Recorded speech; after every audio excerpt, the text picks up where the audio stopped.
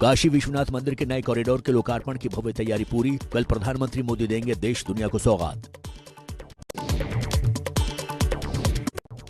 मोदी के काशी दौरे से पहले सीएम योगी और जेपी नड्डा निरीक्षण के लिए वाराणसी पहुंचे। कल काशी विश्वनाथ कॉरिडोर के उद्घाटन में शामिल होंगे। काशी विश्वनाथ कॉरिडोर के उद्घाटन पर वाराणसी के 8 लाख घरों में पहुंचाया जाएगा बाबा का प्रसाद। 15 जगहों पर तैयार हो रहे हैं बेसन के 25 लाख लड्डू। काशी में विश्वनाथ मंदिर परिसर के अंदर शोभा यात्रा कड़ी सुरक्षा के बीच मनाया जा रहा है जश्न। पीएम मोदी ने 2019 में काशी विश्वनाथ कॉरिडोर का शिलान्यास किया था। इस योजना पर करीब 900 करोड़ रुपए खर्च किए गए हैं। मंदिर से घाट पूरे परिसर को चौड़ा कर नए भवन, मंदिर और भोगशालाएं बनाई गई हैं। काशी विश्वनाथ मंदिर का आखिरी बार 1780 में महारानी अहिल्याबाई होलकर ने पुनर्निर्माण कराया था। इसके बाद 1853 में महाराजा रंजीत सिंह ने मंदिर के ऊपरी हिस्से के लिए गोल्ड प्लेट दान की थी। काशी में बीजेपी कार्यकर्ताओं ने चलाया स्वच्छता अभियान। सुबह सुबह कार्यकर्ता झाड़ू लेकर सड़कों पर उतरे। प्रधानमंत्री मोदी ने बैंक जमा राशि बीमा कार्यक्रम में जमाकर्ताओं को संबोधित किया। कहा, बैंक डूबने पर अब 1 लाख की जगह 5 लाख रुपए मिलेंगे। मोदी सरकार पर प्रियंका गांधी का हमला। केंद्र सरकार झूठ, लालच और लूट की सरकार है। सरकार सिर्फ कुछ लोगों के लिए काम कर रही है। कैसी सरकार होती है जिसका लक्ष्य होता है झूठ, लालच और लूट। और आज की जो केंद्र सरकार है वो यही दूसरी तरह की सरकार है। राहुल गांधी के हिंदुत्ववादी वाले बयान पर बीजेपी का वार। यूपी के उप मुख्यमंत्री केशव प्रसाद मौर्य ने कहा, 2014 में कमल नहीं खिला होता तो राहुल गांधी अपने आप को हिंदू नहीं मानते। विपक्ष को दृष्टि दोष और मानसिक दोष हो चुका है। 14 में अगर कमल नहीं खिला होता तो अपने को हिंदू भी नहीं कहते। आज उनको विवशता में भाजपा की विचारधारा का स्वीकार करना पड़ रहा है। हिंदुत्ववादियों पर हमले को लेकर बीजेपी का राहुल गांधी को जवाब। अमित मालवीय ने मनमोहन सिंह के बयान का जिक्र किया। मालवीय ने कहा, कांग्रेस नई मुस्लिम लीग बन गई। मोदी सरकार पर प्रियंका गांधी का हमला। केंद्र सरकार झूठ, लालच और लूट की सरकार है। सरकार सिर्फ कुछ लोगों के लिए काम कर रही है। कैसी सरकार होती है जिसका लक्ष्य होता है झूठ, लालच और लूट। और आज की जो केंद्र सरकार है वो यही दूसरी तरह की सरकार है। एटा में बीजेपी का बूथ अध्यक्षों का सम्मेलन। बीजेपी के राष्ट्रीय अध्यक्ष जेपी नड्डा ने दिया कार्यकर्ताओं को जीत का मंत्र। ये हमारी पार्टी है जो सबका साथ, सबका विकास, सबका विश्वास और सबका प्रयास लेकर के चलती है। एटा में बीजेपी के बूथ अध्यक्ष सम्मेलन में शामिल हुए जेपी नड्डा और सीएम योगी। योगी ने साधा विपक्ष पर निशाना। प्रधानमंत्री जी इसका शिलान्यास करेंगे, उस समय कहेंगे कि हमने भी सपना देखा था बनाने का, लेकिन बना नहीं पाए थे। अखिलेश यादव का योगी सरकार पर हमला। कहा, यूपी में झूठ और जुमले की सरकार है। जनता बीजेपी सरकार को हटाना चाहती है। एक तरफा उत्तर प्रदेश की जनता ने मन बनाया कि भारतीय जनता पार्टी को हटाना है, और जो जनता चाहती है बदलाव, उसको कौन रोक सकता है। अखिलेश यादव की मौजूदगी में आज बाहुबली हरिशंकर तिवारी के दोनों बेटे और भांजे समाजवादी पार्टी में शामिल हुए।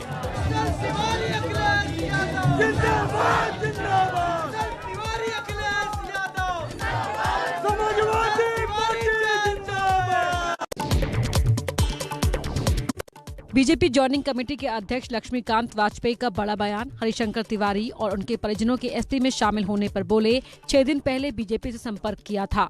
कोई कहीं शामिल हो, हमें कोई आपत्ति नहीं है, लेकिन भारतीय जनता पार्टी अपने यहाँ शामिल करने के मामले में स्क्रीनिंग कर रही है आए हुए लोगों के बारे में।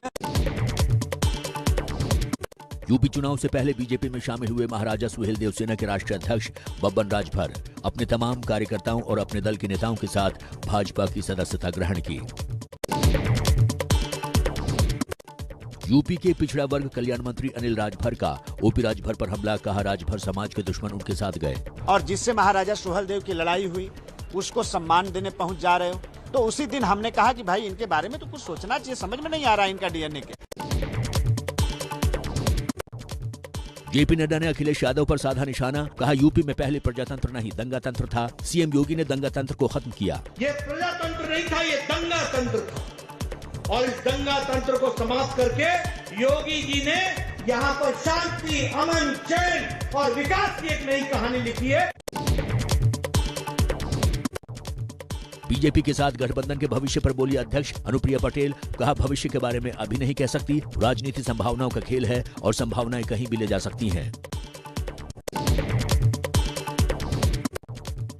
लखनऊ में 17 दिसंबर को बीजेपी और निषाद पार्टी की साझा रैली, अमित शाह, सीएम योगी और संजय निषाद जनसभा को संबोधित करेंगे। बीएसपी महासचिव सतीश चंद्र मिश्र का बीजेपी पर निशाना, बीएसपी की सरकार बनी तो कानून व्यवस्था ठीक करेंगे, बीजेपी सरकार में जो अत्याचार हुए हैं एक एक करके हिसाब लेंगे। यूपी के सीएम योगी ने लाभार्थियों को राशन पैकेट देकर महाअभियान की शुरुआत की, फ्री राशन वितरण महाअभियान को बढ़ाया, विपक्ष पर साधा निशाना। 2017 के पहले यही खाद्यान्न माफियाओं के हवाले चला जाता था और यह खाद्यान्न उत्तर प्रदेश से किसी दूसरे देश की ओर चला जाता था। दिल्ली के बॉर्डर से किसानों के घर लौटने का सिलसिला जारी, देश भर में किसानों ने मनाया विजय दिवस। किसान आंदोलन खत्म होने के बाद टीकरी बॉर्डर खुला, यातायात फिर से हुआ शुरू। 1 साल से आंदोलन के चलते बंद था टीकरी बॉर्डर। संयुक्त किसान मोर्चा के अध्यक्ष राकेश टिकैत का ऐलान, 15 दिसंबर तक खाली कर देंगे दिल्ली के बॉर्डर। भारतीय किसान मजदूर महासंघ के संयोजक शिव कुमार शर्मा कक्का जी ने कहा, अगर 15 जनवरी तक सरकार ने अपने वादे पूरे नहीं किए तो चुनाव की तारीखों के ऐलान के बाद फिर करेंगे आंदोलन। देश के पहले सीडीएस जनरल विपिन रावत के निधन के बाद नए सीडीएस पर विचार विमर्श शुरू, राष्ट्रीय सुरक्षा सलाहकार अजीत डोभाल ने की प्रधानमंत्री से मुलाकात। 1971 की लड़ाई में पाकिस्तान पर विजय के 50 साल पूरे होने पर दिल्ली के इंडिया गेट पर विजय पर्व का आयोजन, जारी किया गया जनरल विपिन रावत का रिकॉर्डेड संदेश। 1971 विजय के 50 साल पूरे होने पर रक्षा मंत्री राजनाथ की हुंकार, हम प्रत्यक्ष युद्ध में जीत दर्ज कर चुके हैं, परोक्ष युद्ध में हमारी ही विजय होगी, ऐसा मेरा पक्का विश्वास। अवंतीपोरा के बरागाम इलाके में सुरक्षा बलों और आतंकवादियों के बीच मुठभेड़ में एक आतंकी ढेर। जम्मू कश्मीर के बांदीपोरा में पुलिसकर्मियों की हत्या पर पूर्व सीएम फारूक अब्दुल्ला का बयान, बोले जम्मू कश्मीर में पुलिसकर्मी ही सुरक्षित नहीं तो आम आदमी क्या होगा। चीन हमारी जमीन पर कब्जा कर रहा है लेकिन बीजेपी संसद में चर्चा नहीं करती। सीमावर्ती इलाकों में बीएसएफ का अधिकार क्षेत्र बढ़ाने के खिलाफ सुप्रीम कोर्ट पहुंची पंजाब सरकार, सुप्रीम कोर्ट ने केंद्र सरकार को नोटिस जारी किया। पीएम मोदी का पर्सनल ट्विटर अकाउंट थोड़ी देर के लिए हैक, अकाउंट से किया गया बिटकॉइन का ट्वीट चंद मिनट में हटाया गया। पीएमओ ने पुष्टि करते हुए कहा, हैकिंग के दौरान किए गए ट्वीट को इग्नोर करें। मुंबई बीजेपी दफ्तर के सामने लगाया गया आशीष शेलार पर व्यंग करने वाला पोस्टर किसने लगाया, इसका अभी तक सुराग नहीं। शिवसेना नेता संजय राउत का बयान, शरद पवार ने 25 साल पहले कहा था बीजेपी विभाजनकारी है, लेकिन शिवसेना को 2019 में सच्चाई का एहसास हुआ। तेजस्वी के लव मैरिज पर सवाल उठाने वाले मामा साधु यादव से भिड़े तेज प्रताप। सुधर जाओ, मेरी राय है, नहीं सुधरोगे तो जिंदगी भर पछताओगे, फिर गिरोगे तो उठ नहीं पाओगे। विधानसभा चुनाव से पहले उत्तराखंड की धामी सरकार ने विधानसभा से निरस्त कराया 2 साल पहले बने एक्ट का पुरोहित कर रहे थे विरोध। केरल की फिल्मकार अली अकबर ने इस्लाम छोड़कर हिंदू धर्म अपनाया, नया नाम राम सिम्हा रखा। जनरल बिपिन रावत की शहादत का मजाक उड़ाने से खफा थे। दिल्ली में ओमिक्रॉन का दूसरा मामला आया सामने, जिम्बाब्वे से लौटा शख्स ओमिक्रॉन संक्रमित पाया गया। देश में कुल मामले हुए 33, सरकार ने कहा सावधानी बरतें। देश में 24 घंटे में कोरोना के 7,992 नए मामले सामने आए, 393 लोगों की मौत हुई। कुल एक्टिव केस घटकर 93,277 रह गए हैं। दिल्ली में दूसरे की स्कूटी उड़ाकर चेन स्नैचिंग करने वाला चोर सीसीटीवी की मदद से पकड़ा गया। मंदिर मार्ग और कनॉट प्लेस इलाके में कई वारदातों को अंजाम देने का आरोप। अनजान भक्त ने तिरुमला में भगवान वेंकटेश को चढ़ाया 3 करोड़ का चढ़ावा, 5 किलो सोने चांदी और हीरे से जड़ी मूर्ति भेंट की।